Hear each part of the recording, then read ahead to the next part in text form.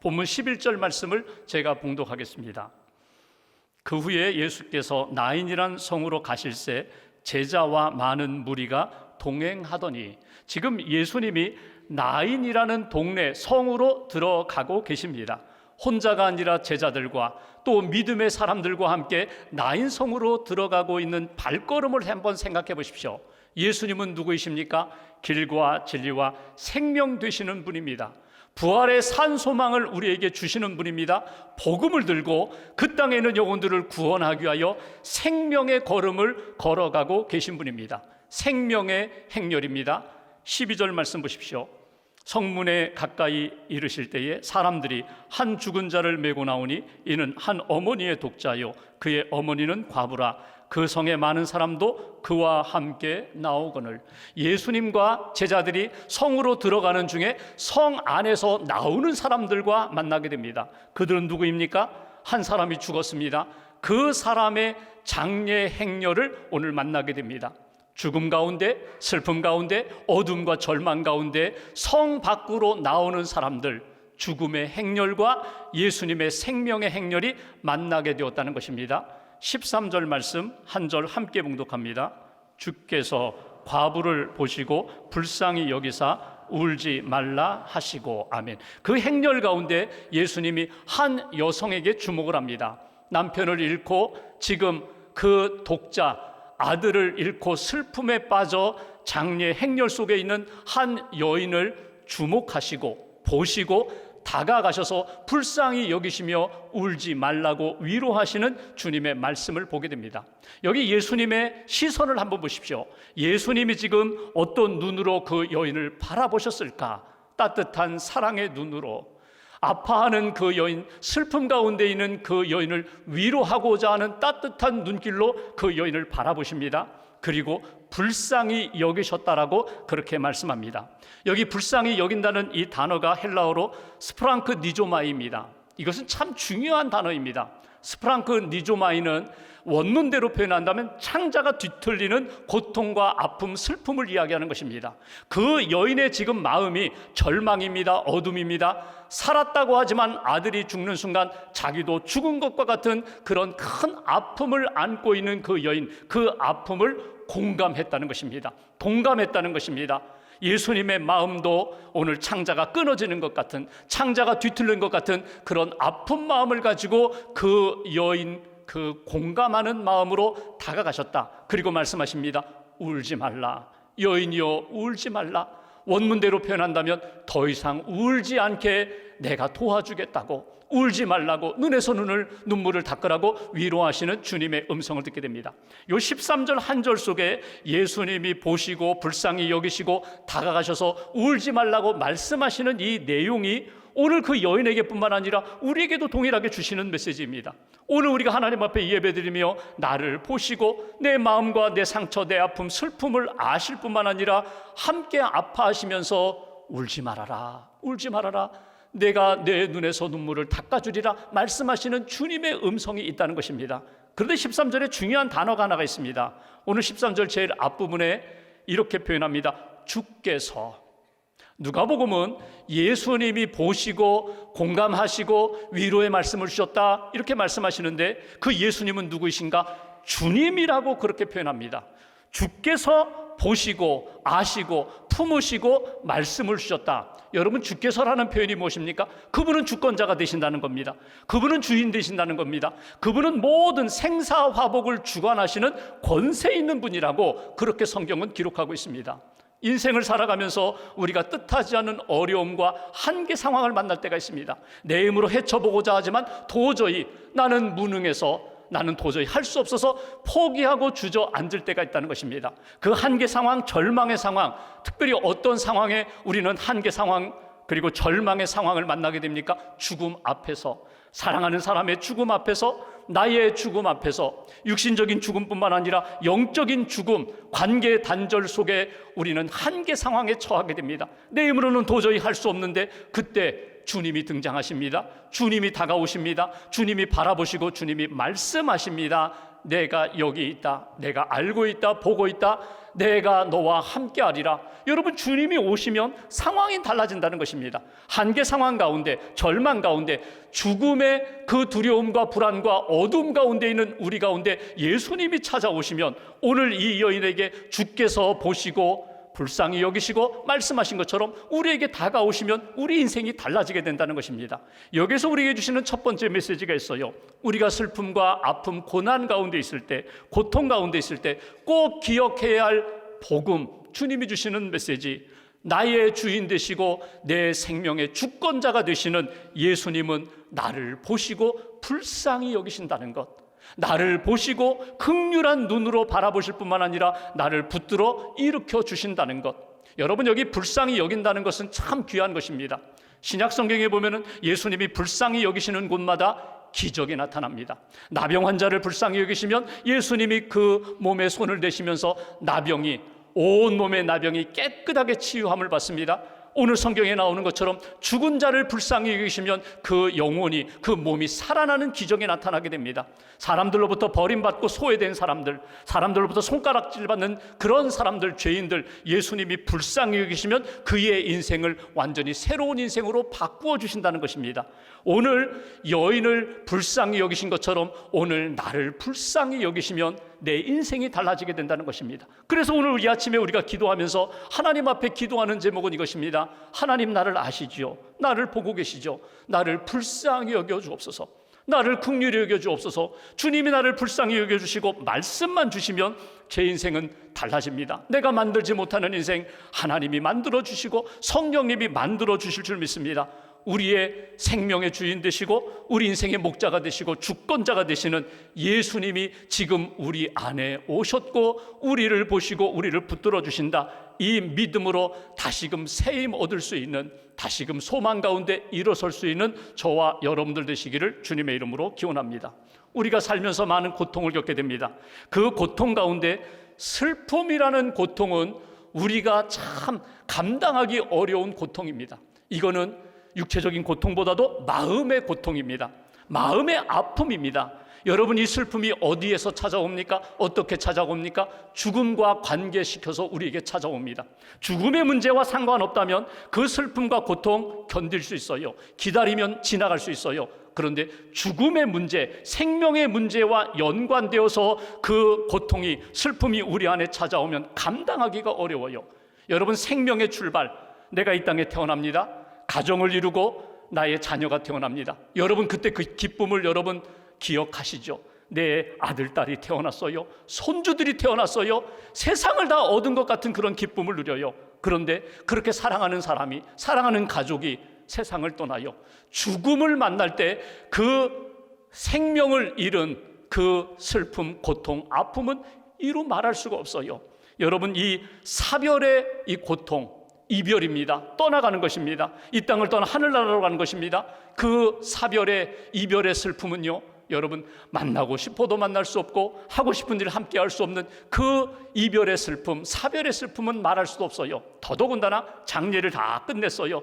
집에 홀로 있는데, 장례식 기간에는 그런 대로 견뎠는데, 버텼는데, 장례식 끝나고 집에 돌아와 홀로 방 안에 있다 보니까 고독이 밀려옵니다. 사랑하는 사람이 떠났어요. 이제는 이 땅에서 만날 수 없어요. 그때 홀로 남겨진 그 감정, 그 고립감, 그 고독은요, 너무너무 힘든 고통이에요.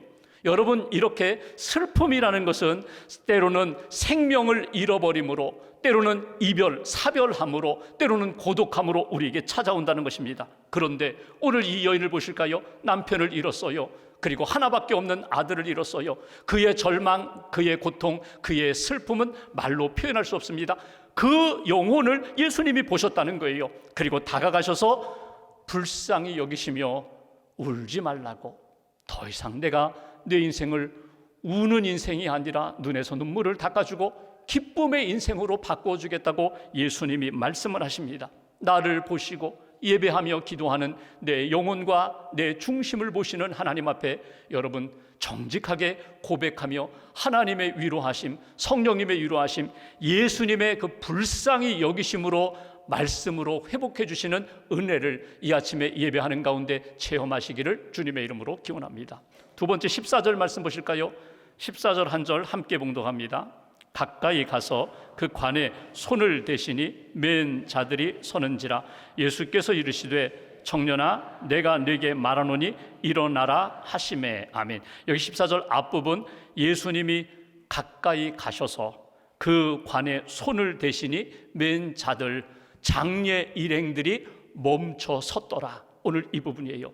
죽음의 행렬이 멈춰 섰더라.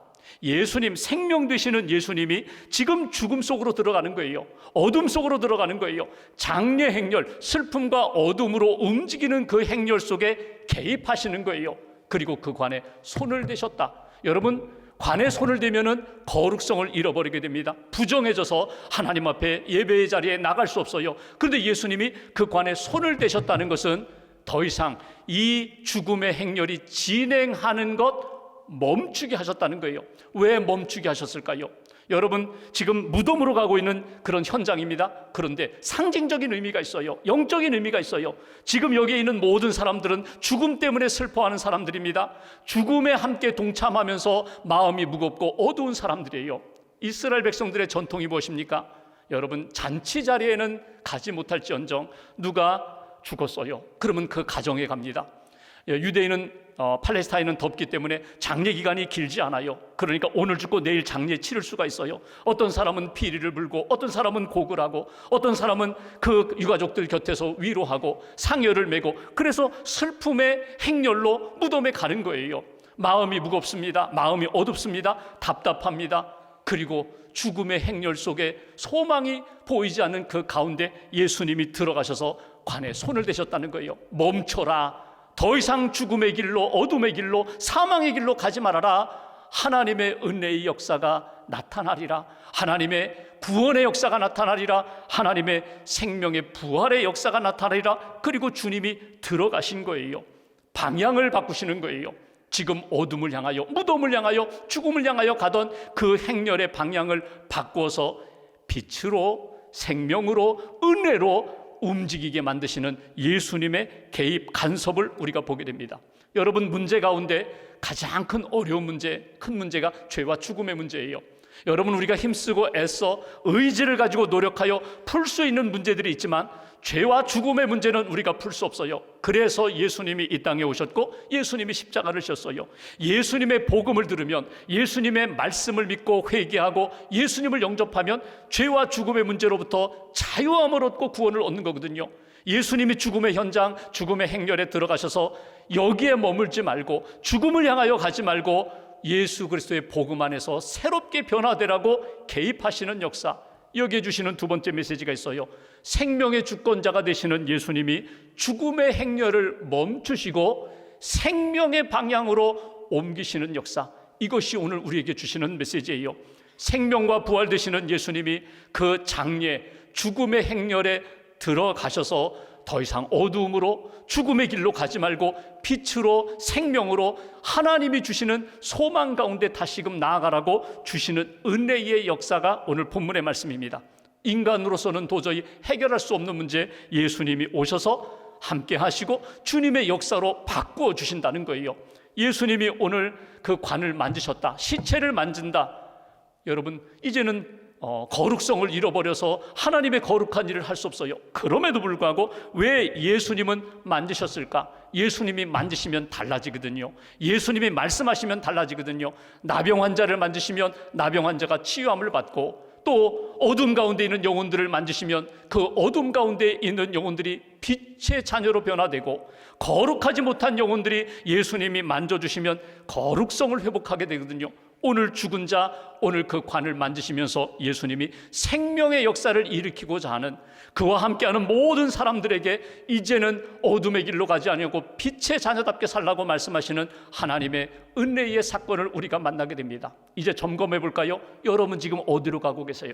여러분 인생의 방향이 어디입니까? 교회에 왔으니까, 예배드리니까, 하나님의 이름을 부르니까 나는 자동적으로 믿음의 길을 걸어가고 생명의 길을 걸어가고 빛의 길을 걸어가는 것 같은데 아니에요. 점검해 보세요.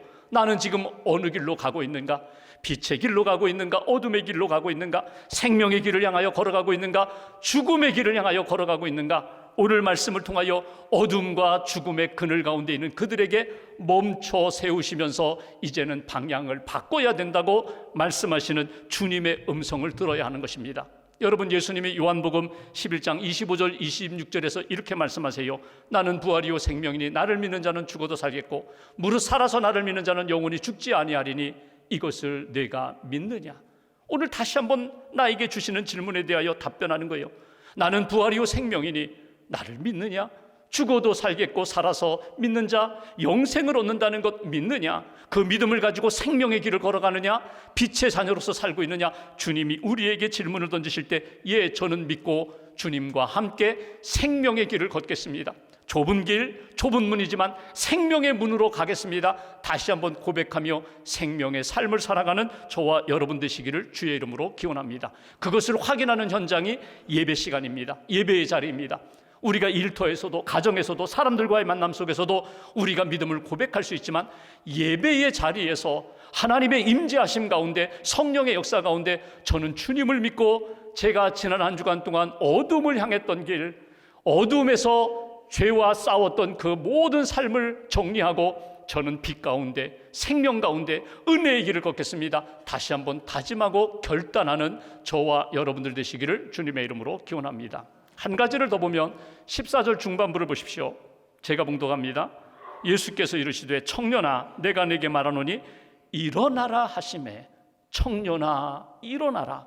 마치 잠다는 그런 젊은이에게 야 이제 때가 되었어 일어나, 아침이 되었어 일어나, 깨어라 깨어라, 그렇게 말씀하시는 것처럼 지금 죽은 그 청년을 향하여 청년아 일어나라 이렇게 말씀을 하세요. 여러분, 예수님의 말씀에 능력이 있는 것 여러분 아시죠? 예수님도 능력이 있으시고요, 예수님의 말씀에 능력이 있어요. 그 능력은 창조의 역사를 만드는 능력이에요. 하나님이 태초에 말씀으로 세상을 창조하신 것처럼 예수님의 말씀이 내 심령 안에 들어오면 내 영혼이, 내 몸이, 내 삶이 하나님이 기뻐하시는 구원과 창조의 역사로 나타난다는 거예요. 청년을 향하여 청년아 일어나라. 이것이 오늘 청년을 깨웁니다. 죽은 영혼을 깨웁니다. 그리고 일어나서 오늘 하나님의 역사에 대하여 감사하고 찬양하는 것을 보게 됩니다. 15절 16절 말씀 보실까요? 두 절 함께 봉독합니다. 죽었던 자가 일어나 앉고 말도 하거늘 예수께서 그를 어머니에게 주시니 모든 사람이 두려워하며 하나님께 영광을 돌려 이르되 큰 선지자가 우리 가운데 일어나셨다 하고 또 하나님께서 자기 백성을 돌보셨다 하더라. 아멘. 그 청년이 일어났어요. 살았어요. 그래서 그 청년을 어머니에게 안겨줍니다. 슬픔 가운데, 절망 가운데, 어둠 가운데 있는 그 어머니에게 생명을 안겨줘요. 청년이, 아들이 살아서 다시금 어머니 품에 안깁니다.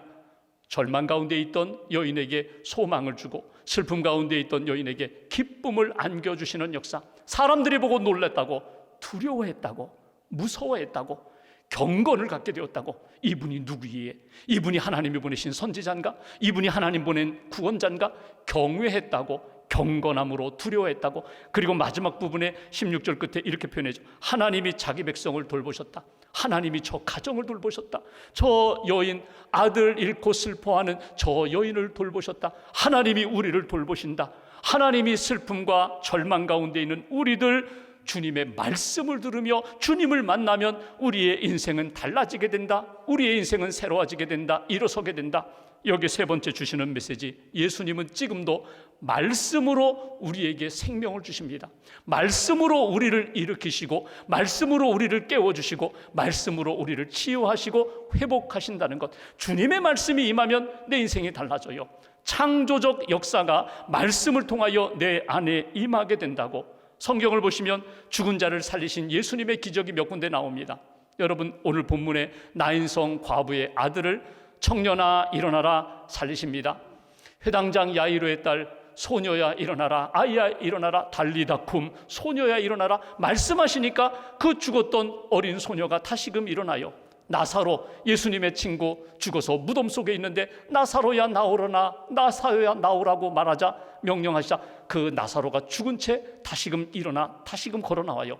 말씀 가운데 회복과 치유뿐만 아니라 말씀 가운데 부활의 산소망의 역사가 열매로 나타나게 된다는 거예요.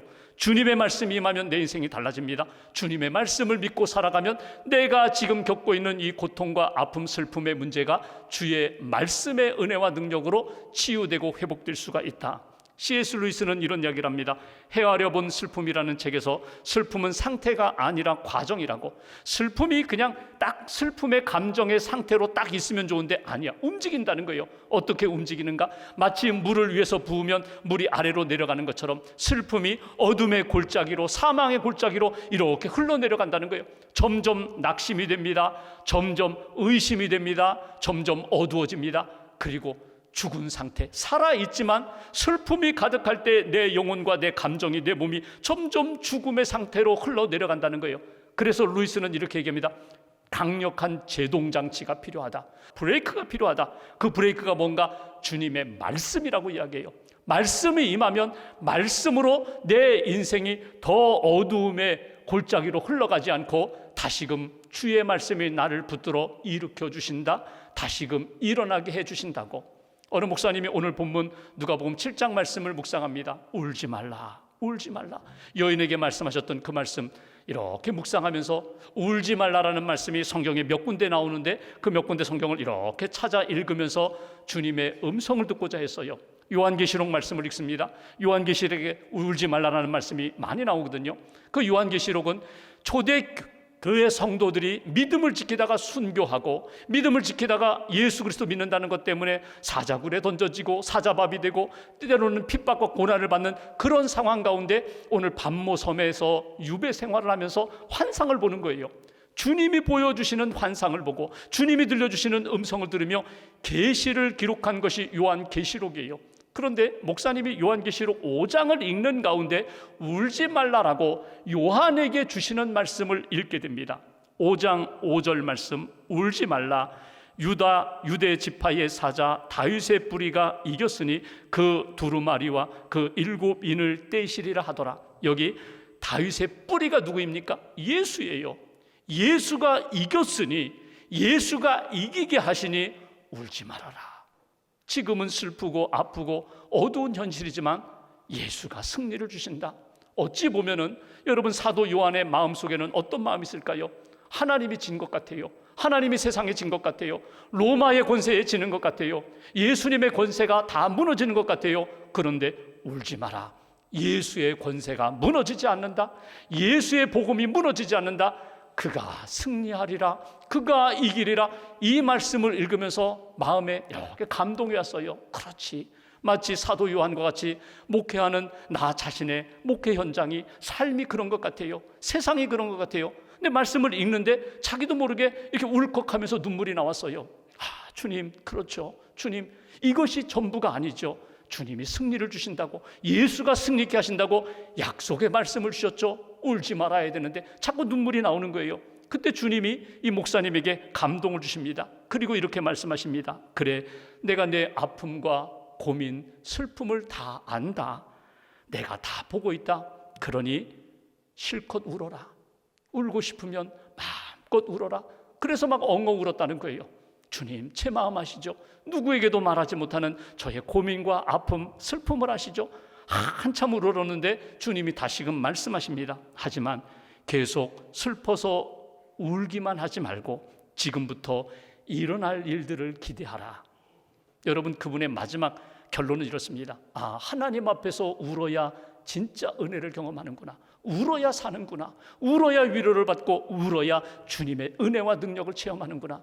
여러분, 오늘 말씀 가운데 주님이 우리를 보고 계세요. 다 알고 계세요. 불쌍히 여기시면서 우리에게 말씀을 주세요. 울지 말아라. 딸아, 울지 말아라. 아들아, 울지 말아라. 일어서라. 내가 붙들어 줄게. 일어서라. 말씀 붙잡고 일어서면 돼. 내 힘으로는 일어나기 어렵지만 말씀의 능력이 임하면 얼마든지 일어설 수 있어. 주님을 위하여 달려가는 인생, 주님의 영광을 위하여 달려가는 믿음의 인생이 되라고 주님 말씀하시는 그 말씀 꼭 붙잡으시고 오늘도 한 주간도 여러분 주님의 은혜 가운데, 말씀 가운데 믿음으로 일어서서 하나님 영광 경험하는 저와 여러분들 되시기를 주님의 이름으로 기원합니다.